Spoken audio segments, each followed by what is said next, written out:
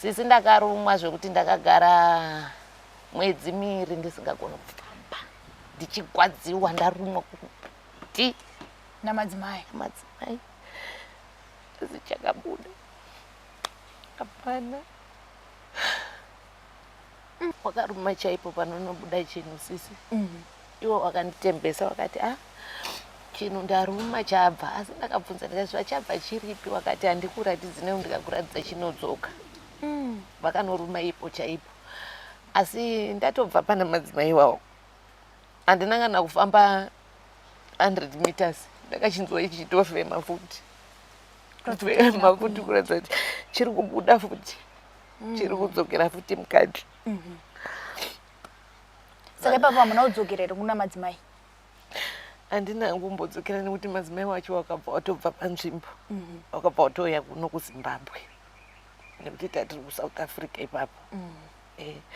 Saka zvadaro ndakazoenda futi kune vamwe wainzi vanoita zvechiwanhu nezvechiprofita zvese. Ndobva ndaendawo ndikanoti ndine dambudziko rechinhu chakadai. Wakati chinhu chekukandwa madzimai. Wakati matsikiswa madzimai makatsika pakakandwa chinhu. Ndikati saka ndodii madzibaba, ndakanzi endai munotenga mhiripiri yepauda nemagazini nereza. Ndobva ndaenda ndobva ndanotenga. Ndobva wadaidza vamwe madzimai wechikadzi wavanoshanda nawo wechinhukadzi. Wakati madzimai ndokumbirawo mundindiro namadzimai awa. Pakati pavari kuti pari kubuda chinhu ipapo mudii muwachekewo nyora muwazora nemagazini. Sisi ndakanochekwa ndikazorwa magazini nemhiripiri. Ndakaita 2 weeks ndisingafambi nekuti mhiripiri yange yandisvuura. Sikarudzi yangu yose isingagoni kana kufamba. Ndakazvimba, ndatowedzera kuzvimba. Zvisinei hazvo ndobva ndangozvigarira hangu mumba ndikati hazvina mhosva. Ndakagara mumba kusvika ndangoporawo. Ndikati asi zvangu nda kukwanisa kufamba. Asi chinhu hachina kumira. Chakaramba chichingofema.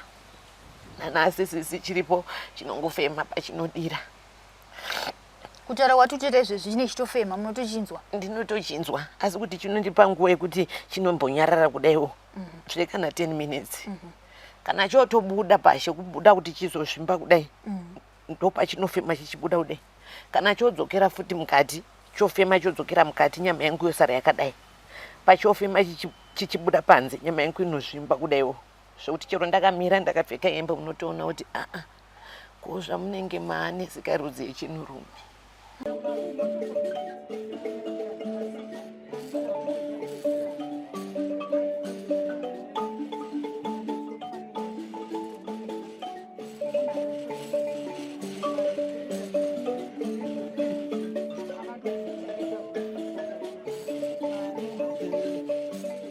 Thank you for tuning into Zim News Beat TV. Kukuchingamidzai kwatiri kuita pano paZim News Beat TV. Zita ndinonzi Elizabeth Nyaguta, kukutendai netsigiro yamuri kutipa, tikona muri kusubscribe, muri kulike, muchiramba muchikomenda zvakare. Sekuziva kwenyu pano ndipo patinokupai nyaya dzakasiyana siyana, nyaya dzinotyisa, nyaya dzinokatyamadza dzekuti mukadzinzwa dzimwe dzacho munoti inga rangu dambudziko rinogona kutoita nani. Muchinzwawo matambudziko anenge aine vamwewo vachitobatsirika kuziva kuti aiwa inini ndine dambudziko rakafanana neiri, kwarinonopedzwa ndekwakadai. So nhasi uno muzuva ranhasi ndina sisi vandakagara navo pano vanonzi Sisi Shalom. Vane dambudziko rekuti kunengo kwavo sikarudzi kunobuda chinhu chinofema chatisati tanyatsoziva kuti chinhu ichi chakamira sei. Asi kutaura kwatambotana vanga vachitiwo chinhu ichi chinowanzobuda nguva yavanenge vakatarisana nemurume wavo, ndo panonyanyopfachuka chinhu ichi. Asi ivo vari kuti handisi kuziva kuti chinhu ichi chakabva kupi. Rega nditaure naSisi Shalom ndinzwisise kuti dambudziko iri rakanyatsotanga sei uye chinhu ichi ndeapi matambudziko achakonzeresa muupenyu hwavo. Sisi Shalom, makadi? Tipo makadini sisi? Aiwa, ndine mufaro mukuru kana sitagara chese. Aiwa, handizvozvo, chero nendafaro zisingaiti kusvikawo pamuri kudaiwo tichisanganawo ndichitaurawo zviri kundishungurudza mukurarama. Kumushande kupi Sisi Shalom? Kumushande kwaRusape. KwaRusape padhuze apa? Kwa Chief Makoni.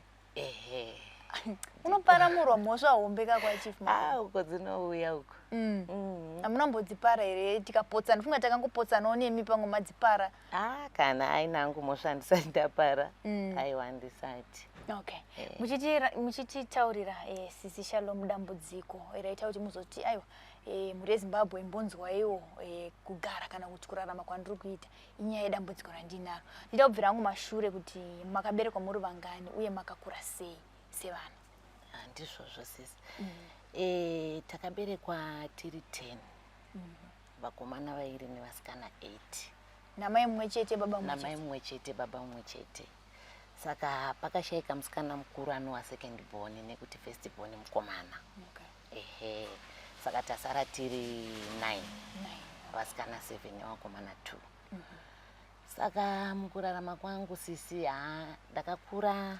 zvakanaka nevabereki wangu handambogara ndakarerwa kumasaidhi kana kwambuya kana kwani ndakangokura nchirerwa namai wangu nababa wangu ndichienda kuchikoro upenyu hwahwo hwakanaka asi kuti zvazviri zvokungotamburirawo kuti upenyu hwekumaruzevha munohuziva zvazviri zvokungotamburirawo chidaro chidero ndakaendawo kuchikoro zvakanaka ndakazoregawo chikoro form 3 ndamitiswawo nababa wemwana wangu wekuchifu ndokuchiroorwa zvakanaka ndokuchinda kuchinogara kuchifu ndandakaroorwa sisi ndandakaroorwa zvokuti ndikazvirangarira misodzi yangu inobuda nekuti pamusha ndaiti ndikasvika ndini ndaive ndiri mambo ndichibva kuSouth Africa ndaisvika nekombi yakabviswa masiti ese makazara grosari chete nehembe dzekumusha kwangu asi kuti zvadaro ndakazogaragara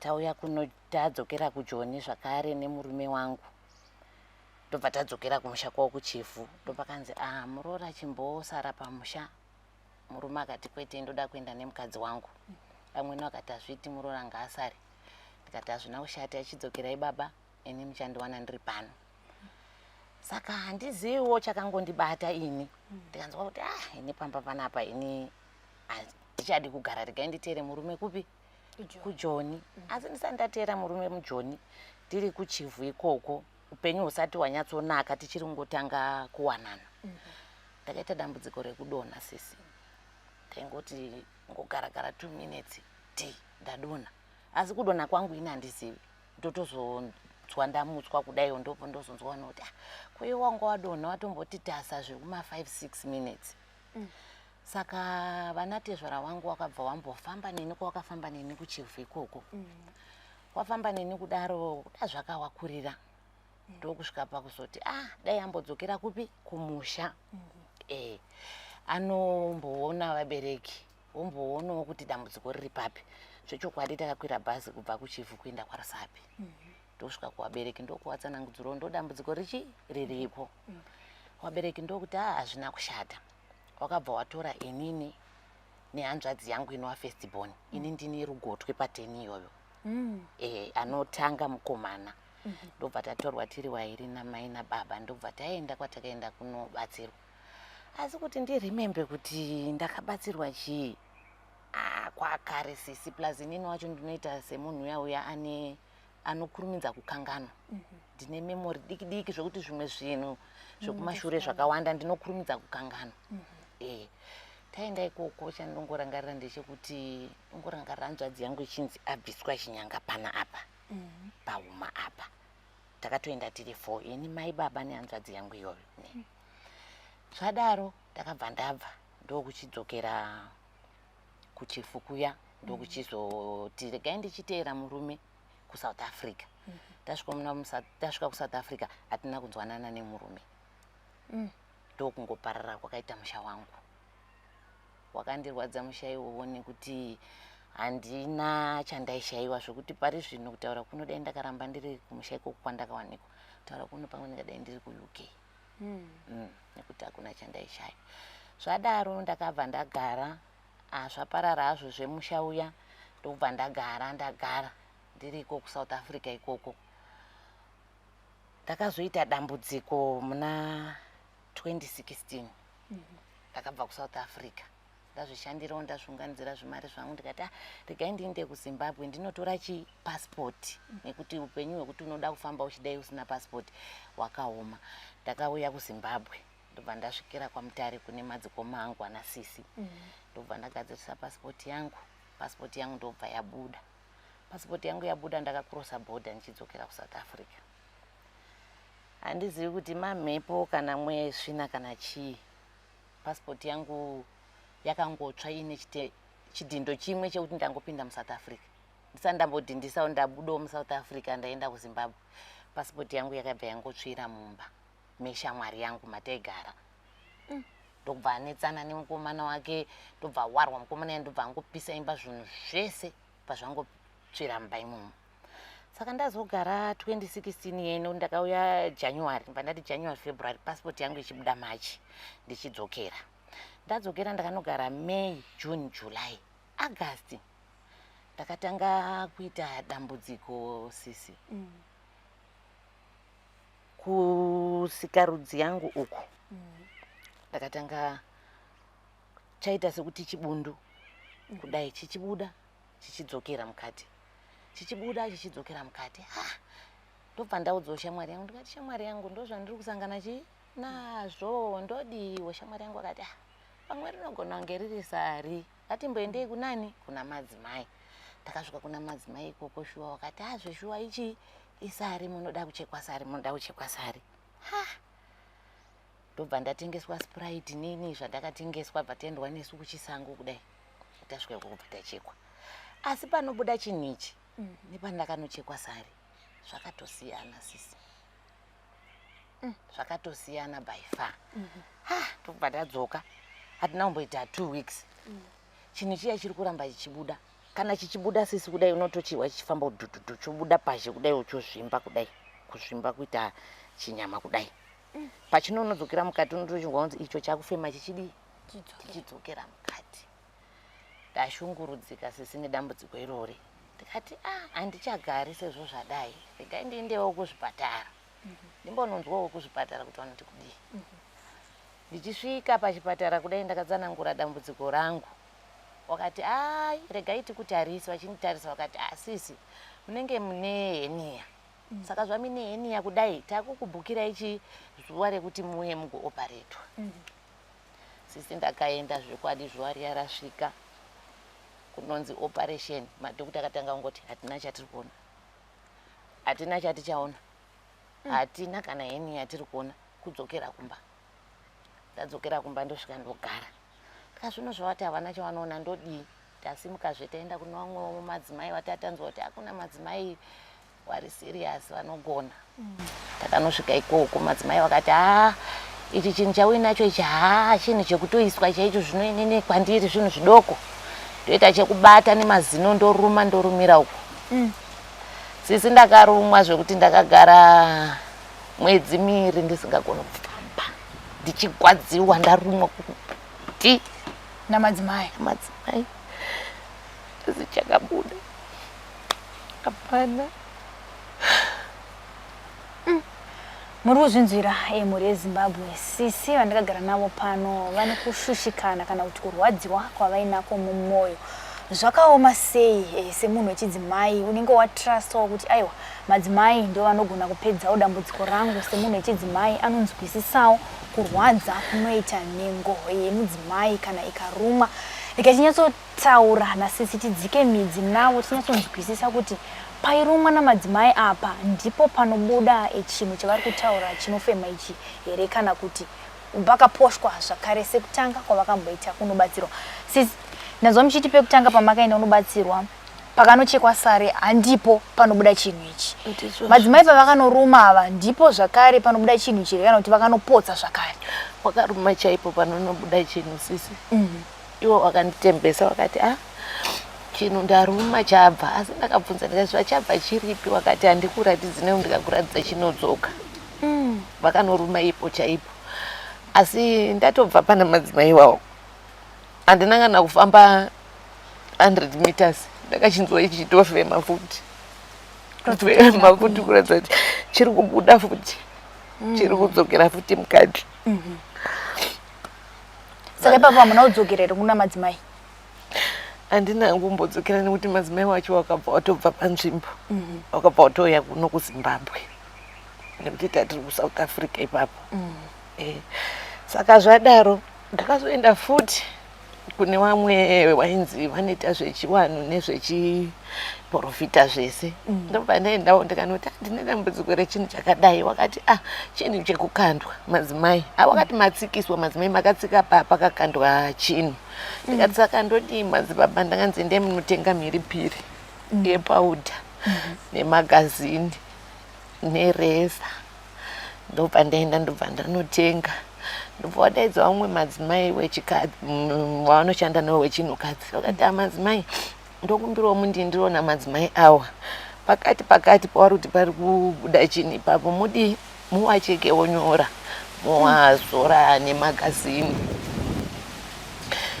Sisi ndakanochekwa ndikazorwa magazini nemhiripiri. Ndakaita 2 weeks ndisingafambi nekuti mhiripiri yange yandisvuura. Sikarudzi yangu yose isingagoni kana kufamba. Ndakazvimba ndatowedzera kuzvimba. Zvisinei hazvo ndobva ndangozvigarira hangu mumba ndikati hazvina mhosva. Ndakagara mumba kusvika ndangoporawo. Ndikati asi zvangu ndakukwanisa kufamba asi chinhu hachina kumira chakaramba chichingofema. Nanasi sisi chiripo chinongofema pachinodira. Kutaura watutoita izvezvi chine chitofema munotochinzwa? Ndinotochinzwa asi kuti chinondipa nguva yekuti chinombonyarara kudaiwo.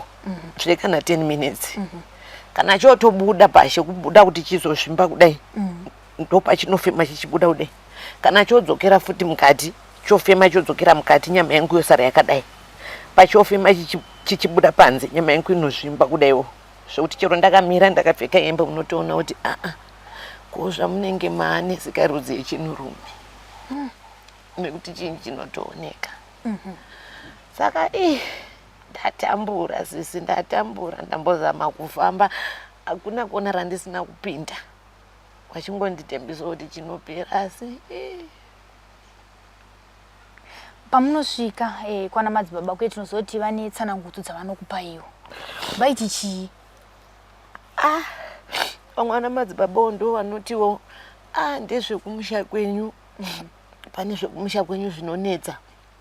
Vamwewo ndo vanonditi kwete madzimai makakandwa chiposo.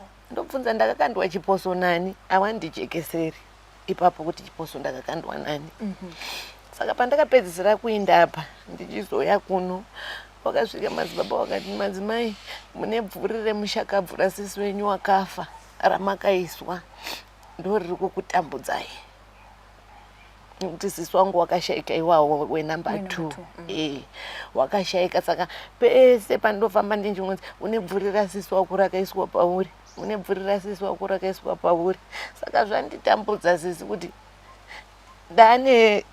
ndakaenda kuSouth Africa 2007. Kusvika nhasi sisi ndikakudza kuti poto chaiye kuti ndizvitengere poto yekuti ndibike kana ichirere kuti ndifuke. Handina asi ndinotomboshandawo mari nchiibata. Asi kuti nditi chiiwo chaitika muupenyu hwangu hapana. Saka ndakazouya futi kuno kumba 2021 baba wangu washaika. Nekushaika kwababa wangu futi zvinondishungurudza sisi kuti ndandizi kuti kushaika rudzi kwakadaro. Wakashaikwa wadimburwa kumborezeri mabhezi 3. Zveoperation kana kuti kutodimburwa wachinzi waita shuga yaapo wodimbura yaapo wodimbura wakawigwa nechikumbu chakagumira apo. Baba wangu nyakundibereka. Izvozvo hanzvadziyawo kwandiri kubva kuSouth iyo kunowaona. Hawafambi sisi mukawatarisa kudai so hawana panowarwadza munhu ari healthy kudaiwo asi vanofamba nemabvi avo. Famba nemabvi wachikambera kudai so hanzvadziya baba wangu nyakundibereka.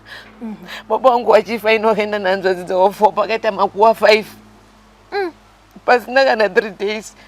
Pasina 3 days on 5. Mumwe munhu asati atombowikwa motonzwa kunzi mumwe afa uko. Vaifa nei kana muchiri kurangarira vana? Handizivi sisi nekuti ini kubara kwavo kwese ndandisipo ndandiri kuSouth Africa. Ndaingonzwa kunzi baba wabatwa shuga, wana tete wabatwa shuga. Saka musi wafa baba wangu ndo musi wabva wafa nehanzvadzi dzawo 4. Kuita marinda 5. panguva imwe chete.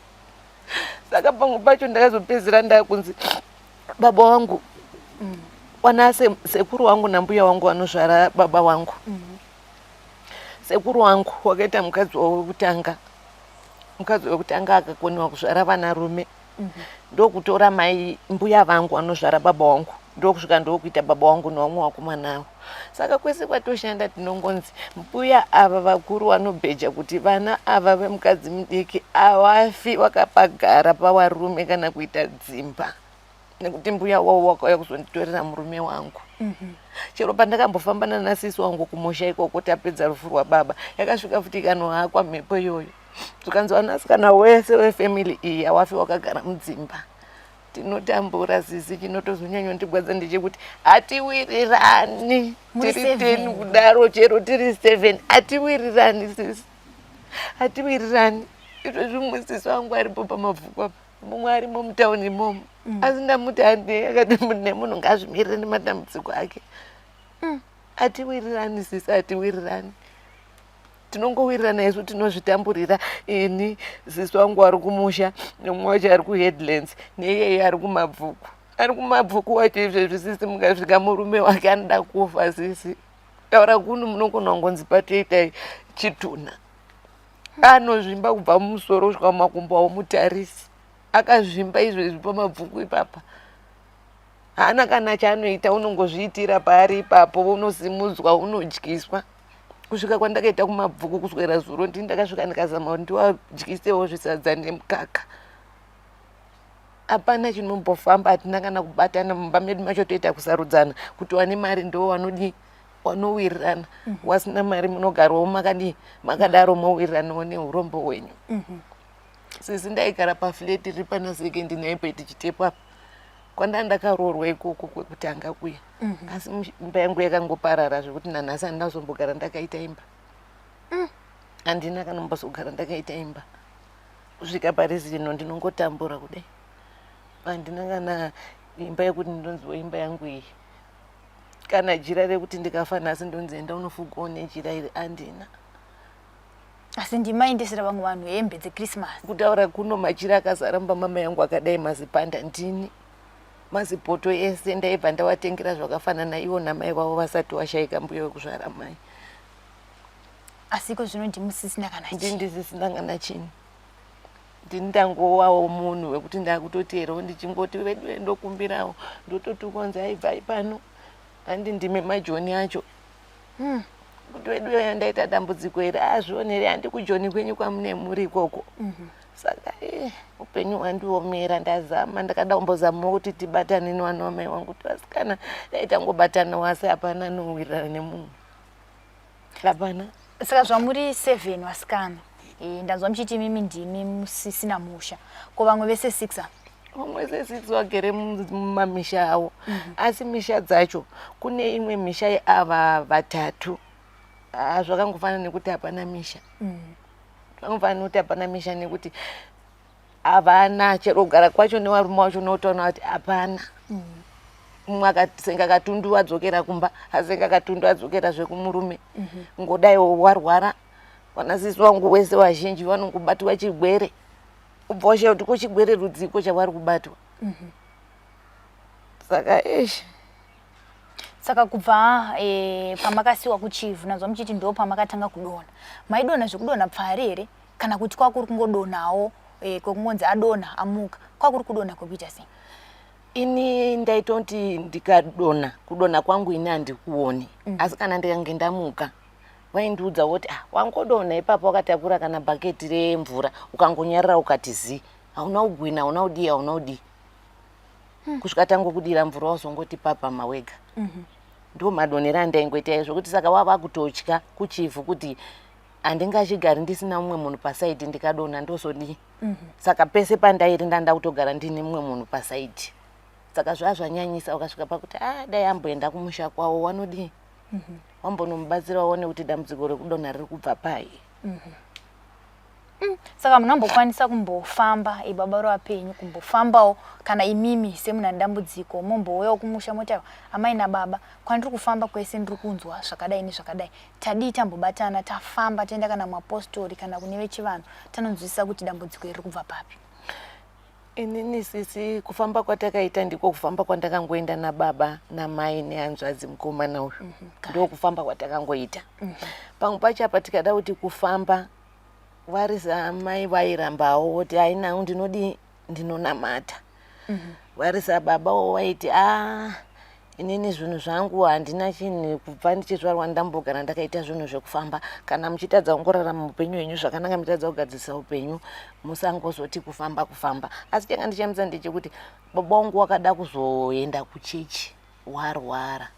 Panguva yese yavava vasingarwari vaiva vasingaendi kuchechi. Aitwa munhu aibika tudoro twake achiti kwanzi ndiri kubikira shai rangu reuvhimi. Nekuti waibata howe baba wangu waite azvikiribhani anga ari muvhimi. Saka kusvika wazofa ini nangu handina kuzonyanyozviswebedza padhuze nawo nenyaya yekuti ndanda munhu wekurarama ndichigwadziwa kuti kozvandongoriwo newabereki wandiregererewo ndichitambura. Ndosaka ndandangozvisa kure nawo kuti aregai nikutambura hangu ndiri kupi ndiri kuSouth Africa. Nekuti kuZimbabwe kwacho ndikada ndiinde vanhu vachingonditi makabva South Africa musina chinhu. Saka munoda kubatsirwa nani. Ndazwa muchitaura kuti makaita mwana wenyu nemurume wekutanga uyu makazomboita vamwe here kana kuti makangoita mumwe chete nemurume? Aiwa ndakangoita mwana wangu iye na baba wake wekutanga ivavo. Saka mwana aripi izvezvi? Ari kumusha kwawo kuChifu. Okay. Handina anguda kuti azouya uku kumusha kwangu uku. Ndakati aiwa ngagara ake kumusha kwawo. Handidi zvinhu zvinozondinetsa mangwana. Saka mamwe matambudziko ari kusanganawo nevakomana ndapi ndanzwa matambudziko evasikana? Wakomana inini sehanzvadzi yangu mukomana mudiki uyu ari kumusha uyu ari kungotambudzikawo zvinhu hazvimufambiri zvakanaka. Munhu akaenda kuchikoro ane mapepa ake ane zvinhu zvake zvese zvakakwana asi zviri kumunetsawo kuti pamwe pacho unochemoni kuti handina kumbogara ndakaitawo mwana musikana ndongoita vana vakomana.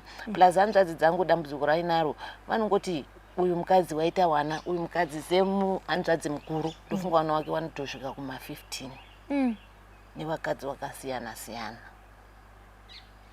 Ndiye asara atinoti baba wacho ndiye hapo. Ndiye mumwe wandakatombotaura naye dambudziko iroro kuti ndarwara ndiri kuSouth Africa. Akati chiuya kumusha tione kuti zvinofamba sei. Ndiye nyakuzotakurawo mabhegi angu akauya nawo kuno. Ini ndichizotera hangu ndatumwa nasisi uyu. Asi ini ndatoti handichatodi kuuya kumba kwacho futi. Nekuti watotanga kutaura ukauya kuno kumba hauchajokeri kuJoni koko. Joni yako yoya une wakanga kugara. Saka hawatauri mashoko ekuti ndonzwa kudai ndaenda ndanotururawo madambudziko angu ese pawari. Handizokwanisi chero ndiwaudze madambudziko angu anondinetsa stereki. Nekuti ndichitongoona kuti kubatana hatina. Saka murarama sei kuJoni? Ndanzwa muchiti kana magumbezi kana mapoto murarama sei? Anobvira kuti magumbezi ekuti kana ndauyawo kuno kumusha ndosvikawo ndoti gumbezi rangu randakatengawo ndiri Joni, poto yangu yandakatengawo ndiri Joni ndonobikisa. kuJoni ikoko ndinongoraramawo sisi ndinoshanda hangu. Ndinoshandira muSouth African patinoita ipapo zvekuforoma zvidhina. Akabva anditouya kogare pabasa. Saka ndinogara pabasa. Saka ndakatomukumbira kuya kwandakaita kuno ndikati ndokumbirawo kuenda kumusha ndatumwaona sisi kuti ndinotoresa mwana passport asi ndinodzoka mukangondipowo 1 to 2 weeks nendadzoka. Akati hazvinazvo problem. Murungu wangu iye ndiye anotongondibatsirawo pane chese chero ndikaomerwa kuti handichina chikafu ndongomuti murungu papei yangu chindipowo 200 ndimbosanotengawo 1 2 osongoibata hako kupera kwemwedzi. Okay. Tichienda padambudziko renyu sisi Shalom. Tinoziva kuti pane dzimwe nguva dzekuti semudzimai sekutaura kwamaita mukati murume ndakasiyana naye pane nguva yati rebei. Pane dzimwe nguvawo dzekuti semunhukadzi pane nguva dzaanodawo bonde. Muri kuzvipagona sei ipapo?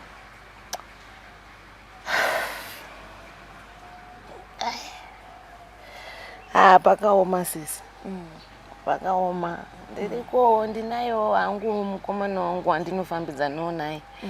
Kutaura kuno ndiye ndakatosiyawo pabasa ndikatosara wakandichengeterawo pabasa. Ariko saka naye anotochemawo kuti dambudziko rawinaro mumwe wangu. Ona zvatinongoonawo pamaYouTube ipapa dai wachigonawo kudii kuti kana wasvika kumba wotsanziridza kuti ubate mukoma Robi wanogonawo kudii kukubatsira kana ukawabata sezvo uchionawo wamwe wane matambudziko akadaiwo wachibatsirika. Saka dambudziko rinoitika ndeyekuti panguva yebonde apa sisi kungoti hake munhu ane mwoyo chena. Ndine nguva yekutoti ndogona kuita mwedzi wakazara. Handidi zvekugumwa, handidi zvekubatwa. Kuda nenyaya yekuti ndangariro dzangu dzinenge dzakawandisa kuti saka ndikakurura nhumbi akaona ndane chinhu chinoita sesikarudzi yechinhurume. Ndodini ndonyarirepi? Handikururi nhumbi sisi kana ndiri mumba nemunhurume. Ndingatokurura mumachira. Zvichireva kuti iyeyu mukomana munyowani haana chaari kuziva. Kana achiziva hake nekuonawo andijuma asi haana chaari kuziva. Kugara kwese kwandaita naye ndofunga tatone 2 years haana chaari kuziva. Asi kana achingoya angotonditarisawo zvekungondijumawo oona hake. Asi kwete kuti ndakambomuudza zvinhu zvinondiremera sisi kuti nditaure. Zvinondiremera zvisingaiti kuti nditaure kuti wedu ndo zvinhu zviri pandiri. Asi vamwe vanhukadzi vomashamwari angu vanozivawo wandenchiudzawo ndichitsvaga rubatsiro. Asi pamunhurume woga woga wandofambidzana naye handitauri sisi. Ndinosvoda. Ndinosvoda chai. Chakatarisa nyaya iyoyo sisi Shalom ndazwa muchiti zvinhu zvinokuomerai kutaura. Hazvina kunaka here kuti agara achiziva sarudzo yoita yake pane kuti ozoita kuzongozvinzwawo zvichitaurwa kumaraini sezvo mataura kuti masawira angu anogona kunge anotoziva dambudziko iri? Ipapo sisi kuti munhu agara akaziva ndo kune kwakanaka. Asi kuti ndichinotaura manje ndinoremerwa ndoti pamwe ndikamuudza kana ndikamuratidza achabva andisiya woti evo ina handichadi ndakuenda kunotsvaga munhukadzi chai kwete iwe hausi munhukadzi.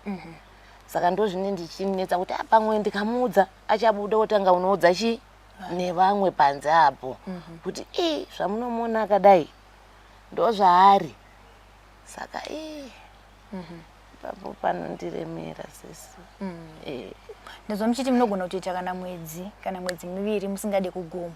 Chii chinenge chamunenge muchinzwa panyama yenyu?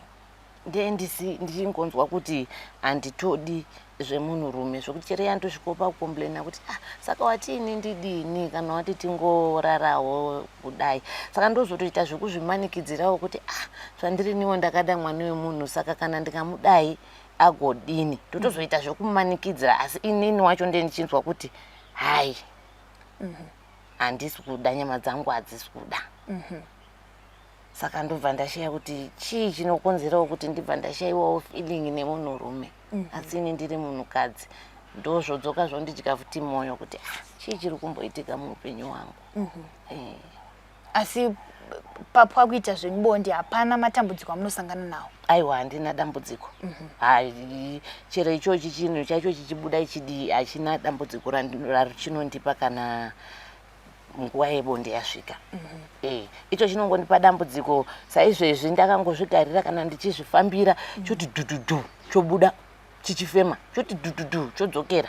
Kana kuti pamwe pacho chinondinyengedza ndabva kunogesa kudai chondinyengedza kudai wondotarisa ndoona hachipo ndoti regaiwo ndikururewo hembe murume wangu arimo afarewo. Pandinozotarisa kudai ndoti choti dhudhudhu kubuda apa murume wacho anenge aripo apa akadii akatarisa. Saka ndinobatikana sisi.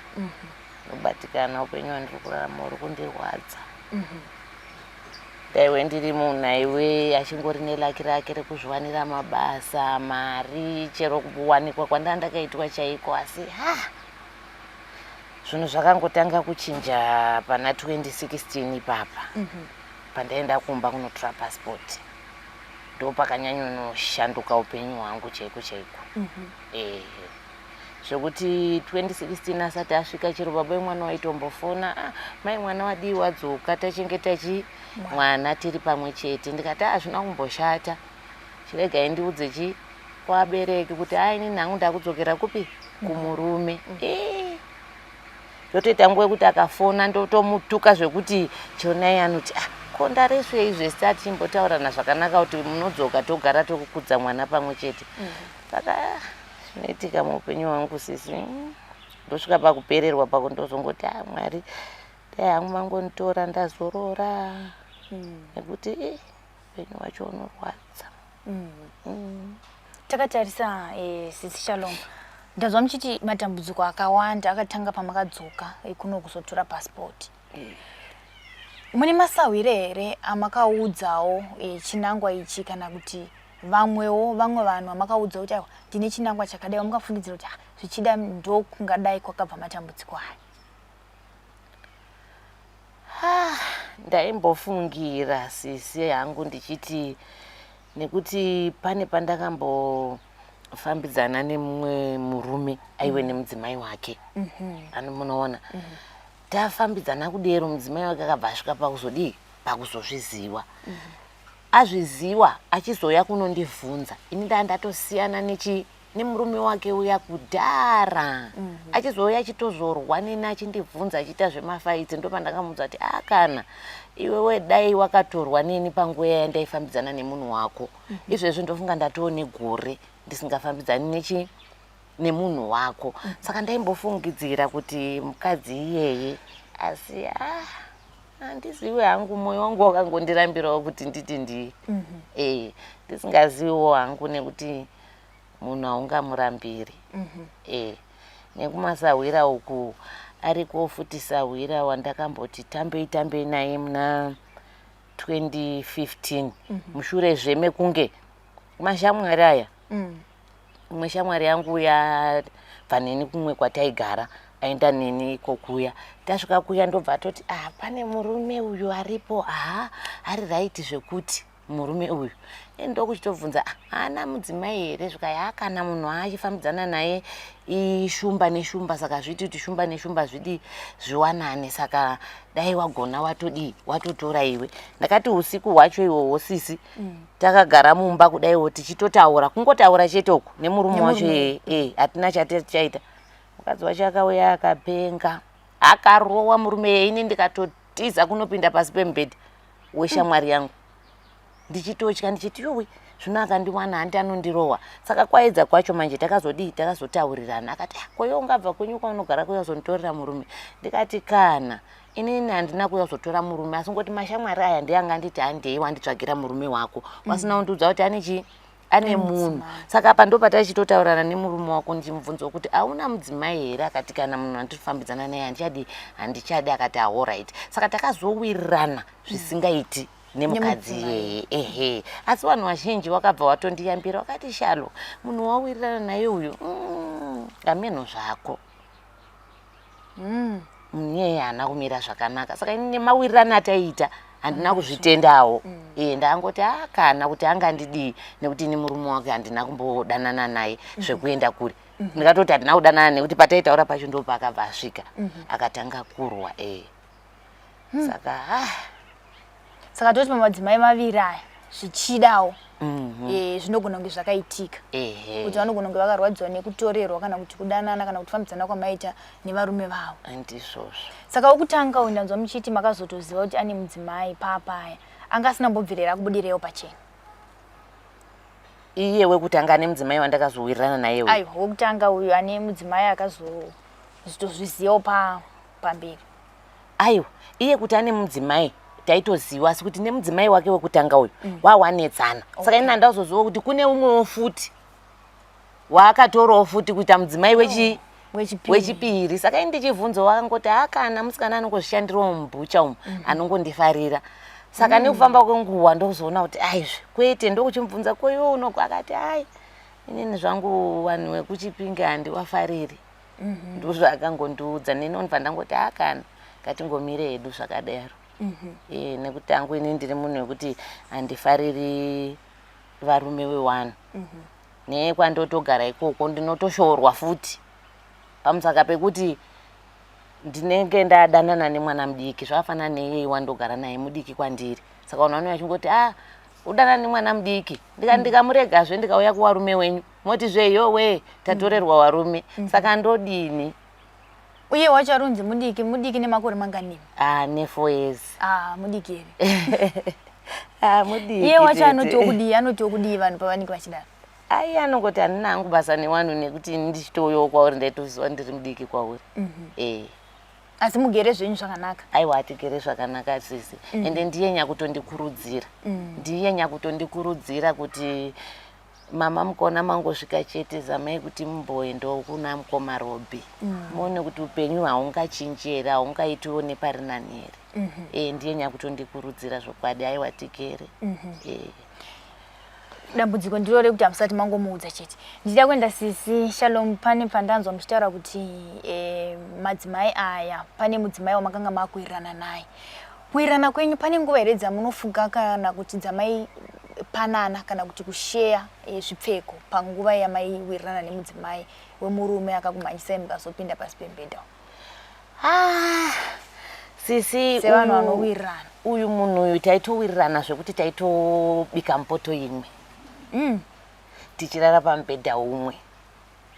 Tichitoti chaasingakwani otiwo iwe. Ini chandisingakwaniwo ndoti iwe. Asi pambatya dzemukati hatina hedu kumbogara tachinjana. Asi nekuzofamba kwenguva manje shamwari dzake iyeyu mukadzi uyu ndo dzakazouya dzikati Shalo, tikakuudza zvawakaitwa neshamwari yako unotenda here? Tikati kochizvika munhu uyu akakubira pendi rako. Saka ina handina kumbozviisa mumwoyo sisi. Nekuti ndakangoti zvinhu zvekutaura zvewanhu pamwe wawada hawo kuti tidii tiwirirane, pamwe wakamuvenga hawo kana kuti handina kumbozvitora serious ipapo ndinganyepi. Ndakatozoti ndaona dambudziko richikura ndopanda ndozongofunga kuti hasiriye. Asi zvakaitika ndezvekuti murume wacho uyu watainetsandana pandakazomhanya ndikanopinda pasi pemubhedha, murume wacho akabva asungwa pasina kana wiki. Murume uyu asungwa kudero akanopiwa 15 years mujeri, nanhasi achirimo mujeri. Ari mujeri imomo akazotsvaga namba dzangu ndokudziwana, ndokundifonera. Shoko rakangondiudza nderekuti unoziva here kuti shamwari yako iyeye wawaitamba naye iyeye ndiye akakutsvinyira. Ndichireva kuti kudii? Handina kuzokwanisa, ndokuchizoenda futi paFacebook ndokuchibvunza kuti wanga uchireva kuti kudii? Akati mai vavo vane mwoyo wakashata. Ini ndosaka ndisingadi kuti ndidanane nawo kana kuti ndigare nawo, nekuti muchingosvika ipo paya ndandichitobvawo paurwere. Vava vakasangana neni wabva kubvisa pamuviri kana kundiudza ndikarwara zvisingaiti. Saka vane mwoyo wakashata. Saka ndandongotiwo ndichaziva kuti ndiwo mai vaya kana kuti ndiani. Ndangowo munhu ari confused sisi. Handichazivi kuti ndezvipi. Ndangowo munhu uye ari confused, handichazivi kana pekutangira kana kuti nditi ndiani. Asi pane nezvamaimboona pamaigara nawo yese masawira zvamaionawo kuti izvi zvinhu zvaanoita zvimwe zvacho zviri uyedi? Izvo takatozviona nekuti varipo mumwe musikana aigara ipapo, saka waigara vachingonetsana zviya zvokungoitirana jealous. Saka musikana uyu akaenda akanorukwa Freedom, imwe wivhi inonzi Freedom ichapinda so ichinetsa. Akabva amuka akagerwa Freedom iya pagotsi panapa nepamhanza panapa, ndobva atoibvisa. Aibvisa kudara akabva atanga kurwara. Saka muridzi wepaarea ipapo pataigara akabva ati kana inini ndaneta nevaroiwe pano vanhu vasingagoni kugara nevamwe zvakanaka. Ndambonodedza munhu anobatsira, ndobva aenda kune kuzasi kweimwe street, ndobva anodedza vamwe baba waibatsira ikoko. Ndokubva wauya nawo, ndobva wasvika vanhu vese bva wadedzwa, wabva waungana. Zvikanzi right baba toda kuti mutibatsire dambudziko riri pano. Saka baba wayo wakabva wanohaka uye anga akadii, anga akagerwa uya we. Ndobva abuda achitaura voice remukadzi iyeyu andakazoita best yangu. saka iye anga ari munhu aitotyiwa nevanhu vanozikanwa asi kuti ndaive ndisingaziviwo nzvimbo ndangosvikawo ndikangoti asi munhu anzwisisa kuti ndandada kumutorera murume wake ndikarega taakungowirirana. Asi papa muone kuti pane zvinenge zvinogona zvakaitika semunhu angadai akakupondai makafa musiwo ndiye munhu wamanga kudai ichokwadi. Saka makazoparadzana sei paukama hwenyu? Takatongozongoparadzanawo zvekuti iye akabva aendawo akanowanikwa kunonzi kusosha nguve ndiko akabva aenda kunogara ikoko isindobva atisiya kunonzi kuHammanskraal. Asi dambudziko rakanga ratopo. Dambudziko ratopo nanhasi tinongotaura pafoni. Anotonditaudza zuva nezuva pafoni. Saka anotombobvunza here kuti dambudziko anoriziva here dambudziko? Arizivi dambudziko. Zvokuti kana kubvunzawo haana kumbobvunza. Chero dambudziko randinaro haarizivi. Asi tinototaura. Saka iyeyu ari kujeriwa chakamboti chimbomuudza chimbomukonfuranda kuti iwewe wakandiisa chinhu. Ndikati ndinotya ko ndikamukonfuranda akazondiisa chimwe muziso. Saka ndakatya. Saka tongotaurawo zviya zvokungotaura pamaapu asi zvekuchaonana chaiko patogara nekwakewo pane kadistance atichashanyira nezvekudaro. Saka Masawi raiti pakanogadzirwa chipfeko chenyu donzvo rakanga riri raitwa nasawira wenyu? Rari rekuti akagara akatovenga awa Masawira akanditora akandiunza uku kwaari uku. Vavagara vakatowengana kare nekungoitirana majelasi mungozo vanhukadzi kuti ndikangopfeka zvakanaka uyo ototi hauda kuonererwa daita sekuti unozviwana. Uyo akangozvitengera bhifi yake zvonzi ava vanoda kuita. Saka iwo wawagara wakamakana pachawo wari watatu ndisati ndapindapo. Nekuti avakandiendesa vairi mashamwari angu aya. Wachindiendesa ikoko kusaidi kunogara mukadzi uyu. Saka iwo wawagara wakatomakana nekuti wawanguri wamboendako wachinogarako mashamwari angu aya. Saka pakugara kwesu kwamaita munambonzwa here kuti ane zvimwewo zvaakamboitira vamwe vanhu zvichida nyaya idzodzi dzekushereketwa idzi? Ndakatozozvinzwa mumashure sisi. Dambudziko ratopo. Ndakatozozvinzwa mumashure chiitiko chatoitika ichi chekuti tatowirirana tatomasawira. Saka paakazombobva akauya kuno kuZimbabwe ndipo pandakazosara ndikachitozonyatsonzwa kuti uyu munhu wawati aufambidzana naye uyu wawazvipinza pakaoma. Saka ini kuti ndichingomubudirawo pachena kana kuti chero ndikachinja namba ndikamubhuloka anonotsvaga futi imwe namba otanga futi kutaura neni. Saka chinhu ichi chinofamba toti pazuva chinobuda kangani?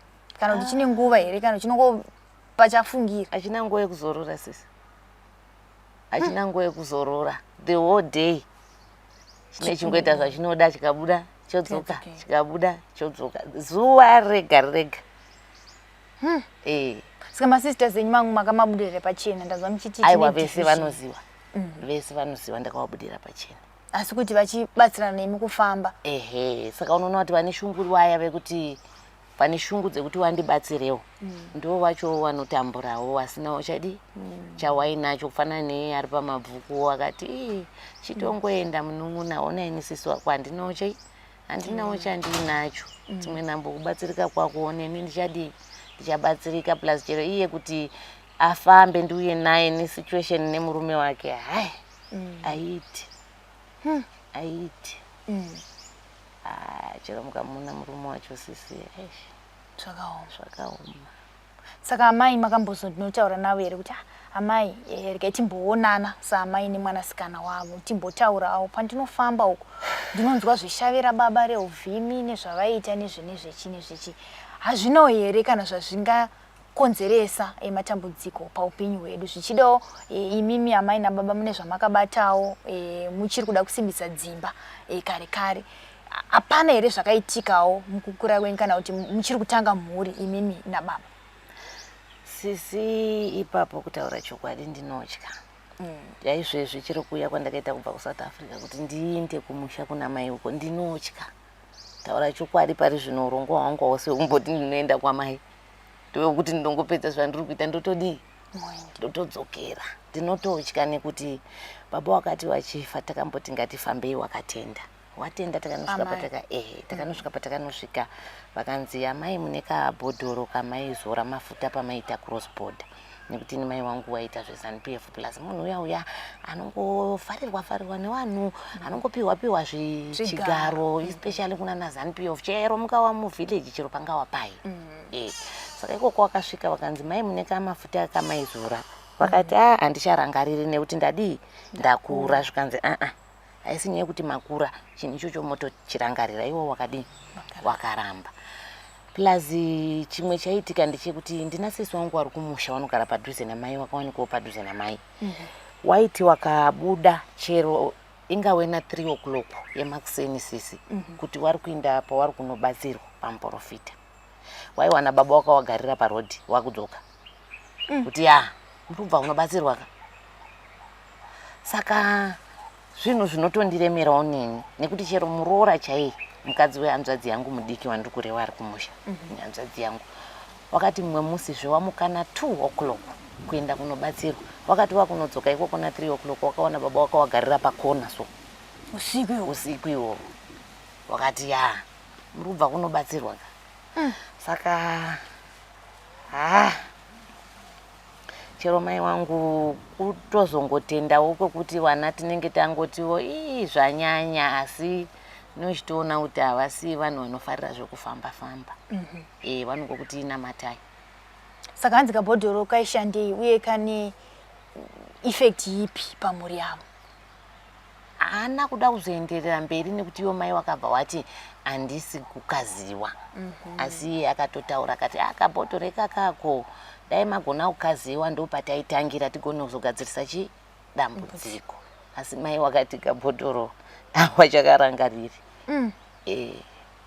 saka vana vese vanotya here kuenda kuna mai kana kuti ndimi aiwa kune mabhesti amai kuno vanotodiwa namai vanotodiwa chaiko kufanana neiye ari muno mutauni wandine mutauni wekwamutare anotodiwa namai chaiko best asi kutoti ini ndikatosvikawo ndikatotiwo mai zvinhu zvakaoma dai mandipawo dhora ndagona kutengerawo mwana wangu bhuku rekuchikoro zvatoipa zvine zvakatooma chamakazokonana namai ndechipi imi musikana wekuti paaibva Juni aiuya nekombi yakabviswa masitsi ine magrosari ine majavha amai ine mablankets pamakazokonana imimi namai ndepapi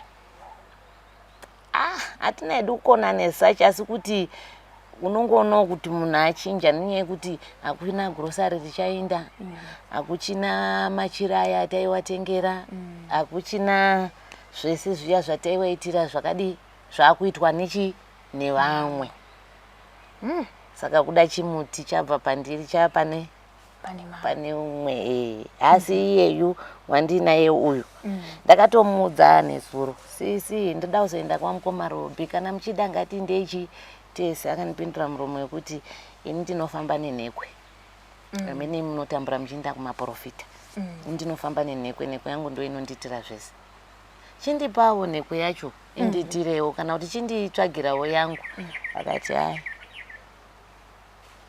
inini ndinotoita zvenhekwe dzangu plus kwangu kwamutare kudhuze nepaMozambique tinongobira mhiri totonogadzirirwa zvinhu zvedu zvofamba zvakanaka saka chikuzoita kuti vasado kuenda nemwana wamai vavo ichi ipapo sisi pari kutondinetsa chero nditotsanangudza chaiko nhasi ndichitoya kuno kumakombe nemwana Makusenda toti sisi onai handinawo kana mari yekuti ndinonotengawo chero chiwitsi chekuti ndinyaudzawo muromo sezvo imama tenga malofu mairi echingwa nezuro hatina kana chingwa chatadya takumuka nafo izvezvi tichinda makombe chitipaiwo hedu chingwa 1 ichi tonodya kupi kumakombe wakaramba wakasarudza kusiyira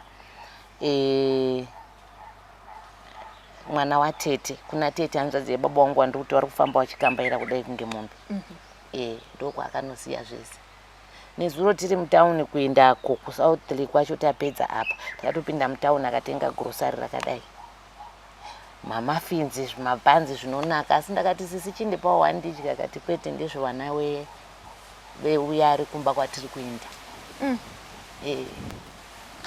saka ukama wenyu wakamira sei tiri wana wamai same father same mother muri 10 tiri 10 handisi kutaura zvekuti pana ana mai wake ana baba wake tiri wamai vana wamai vamwe baba vamwe tiri 10 saka ini pandonzende kuti ruvengo rwakabvira muri vana vadiki here kana kuti mazongokura runombobvira tiri vana vadiki rwakangobvira takura ipapa iniwo zvangu pazvainga zvakanaka sisi waitouyawo wose kusanganisira iyeyo wacho usho weneko vaitouya ipapa pana Hebert Chitepo na Fort apa paflat wachiuya wachitora zvese nekuti ndaiti kana ndikarukwa kudai wivhi 1 week ndobvisa to vaitouya vachimhanya ari makwikwi vachikwikwidzana kuti ndei kumuning'ina tinonobva tine zvese ndauya wese ndaibva ndakamurongedzera kudai kusanganisira neiyeyu wekuangola uyu ane mwana wandauya izvezvi ndakagara naye muflate apa pana Hebert but zvakazongochinja kutochinja chaiko kutoona kuti ende chinonyanya kundigwadza ndechekuti ko waini ndoga ndini ndega ndashayiwa musha wamwari misha dzawo ndatambudzika sisi ndatambudzika ende ndinonyanya kutambudzwa nechinhu ichochi chinhu ichochi chinofema ichi ndo chanyanya kunditambudza mukurarama kwangu handichazivi kuti ndodini vamwe vanobvada kunzwisisa kuti chinofamba panzvimbo pamwe chete here kana kuti chinongobuda pese pese pachafunga asi pari panhengo ipapo aiwa chinobuda paposition yacho ipapo asi pari panhengo ipapo paposition yacho pachinobudira ipapo hachichinji asi mukatochibata kudai motochiva kuti ichi imi mukatoisa ruoko rwenyu muchiva kuti ichi kudai chinzvenga ichitamba chinzvenga kudai tingati chii chakaita kunge chii kana muchimbonyatsochiteerera sisi chinhu chacho chinonetsa kuti ndoti chakaita seiko chakaita chibhora cheraundi kudai asi ukachibata kudai chinototi dhovho saka paunochidhovhonyodza chinotiza choenda pasaidi ukachibaya futi apa chotiza choenda kune rimwe saidi icho hauchibayi straight kuti ngi ukangochibaya ukadaita seuri kuchibaya zvine simba chototiza asi chinorwadza here hachirwadzi chinongofamba chichingoita zvachinoita hachirwadzi handimbonzwi kurwadziwa kana kudi chine chingofamba chingoita zvachine chingoda saka rubatsiro rwamuri kuda imimi takatarisa nedambudziko iri kana kuti nematambudziko ese amataura rwakamira sei ine nhangu sisi chinhu chanditambudza ndaikumbirawo hangu kuti kana kuina angagonawo kundibatsira kungondibvisawo chinhu ichi chafamba ndimbochionawo kuti izvo ko wagara munyama yangu kuti zvadii makore awandisa sisi 2016 kusvika nhasi 8 years chirimo munyama yangu chichingofamba chichifema chichiita zvachinoda kwakurutokumbirawo kuti kana kuri kunzi kubatsirika ndaikumbiravo hama dzangu kuti veduwe ndibisiwewo chinhu ichi kuda upenyu hwangu ungaita upenyu huri nani sisi ndigonawo kugara mumusha semunhukadzi neniwo nemurume asunungukewo nene ndere mumba izvezvi ndakasununguka kana ari masikati kudai kana ikangosvika nguva yeusiku handichina mufaro chero masikati wacho iyayo tikangoita wairi mumba ndotoshaya kuti ndofarirepi ndakutotiza nemumba kuti ndiwe nenguva nemurume tiri tu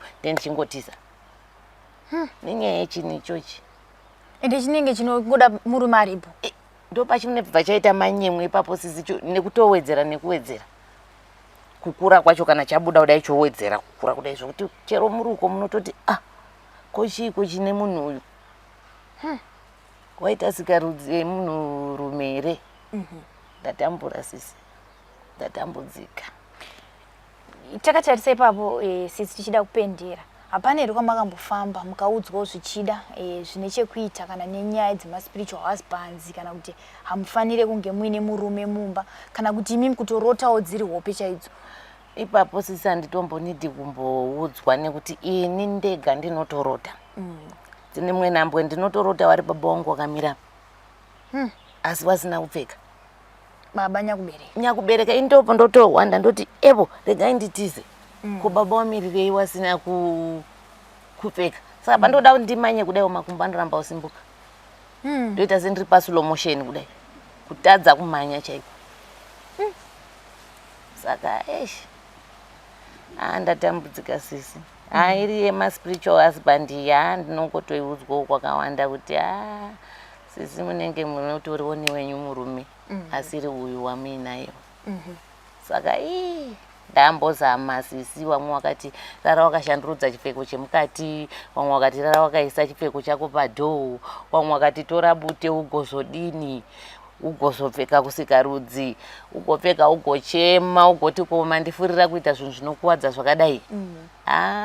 Kuna chandisinawo kuzama chandaiudzwa nevamwe newo maprofita acho wandaingoendawo mawari. Ndakambozama sisi asi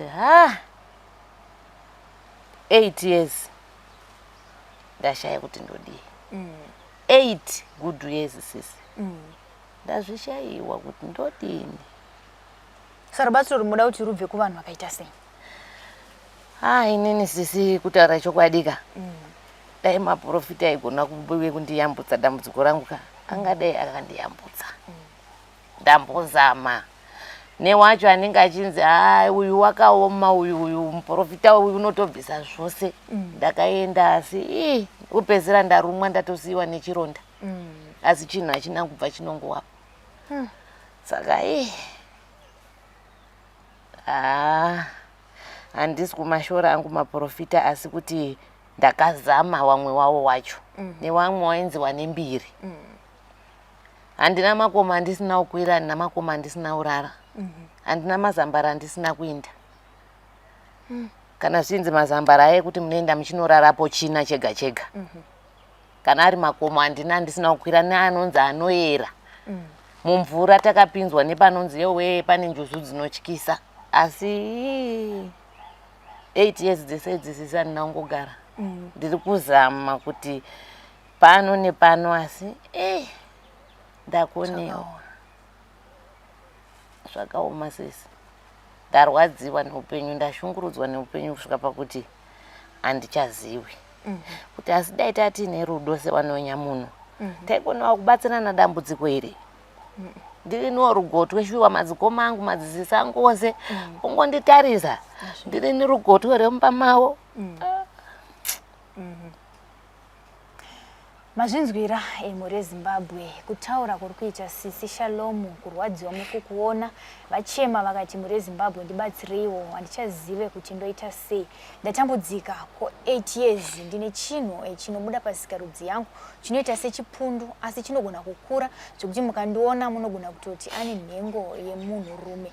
Handichatokwanisiwo kugara nemurume wangu nekuti pose patinoda kuti tiwanewo nguva tiri tose ndokunyanya panowanzobuda chinhu ichochi. Vari kuti mamwe matambudziko akangosiyana siyana mumhuri, hamuna kubatana, vana sisi vakoma hapana kunyatsoti tibatane zvakanaka tikwanise kufambira nyaya dzinenge dzichiitika mumhuri. Vari kutiwo zvakare vanokwanisa kundibatsira, ndibatsireiwo. Vana madzibaba hanzi please ndibatsireiwo. Asi iko zvino chokwadi ndava kudawo vanhu vari pachokwadi. Ndanzwa nekuiswa mhiripiri, ndanzwa nekurumwa, ndanzwa nekupiwa miteuro nemimwe yandisatozive kuti ndakaishandisa zvikazobatsirei. Asi vari kuti pafungidziro dzavo kuti zvingadai zvakabva kupi havana kana kuti vafungidzire. Asi chavanongotaura ndechekuti zvichidawo madzimai maviri avakambodananiranawo nevarume vavo, asi vachiti nguva idzodzo handina kuziva kuti zvingava zviri zvakakonzeresa here kana kuti ndezvemudzinza sekutaura kwazvinoitwa nevanenge vachindibatsira. Hero basa vana mbuya nana sekuru vechivanhu, hero basa maprofeti mabishop. Ngatibatsiranei nasisi Shalomu, dambudziko iri ripere, rakura kwenguva refu. 8 years hadzisi dzekutamba nadzo. Tizosangana zvakare pamamwe maprograms Zita. Ndinonzi Elizabeth Nyagiro, ndichiti chesarai.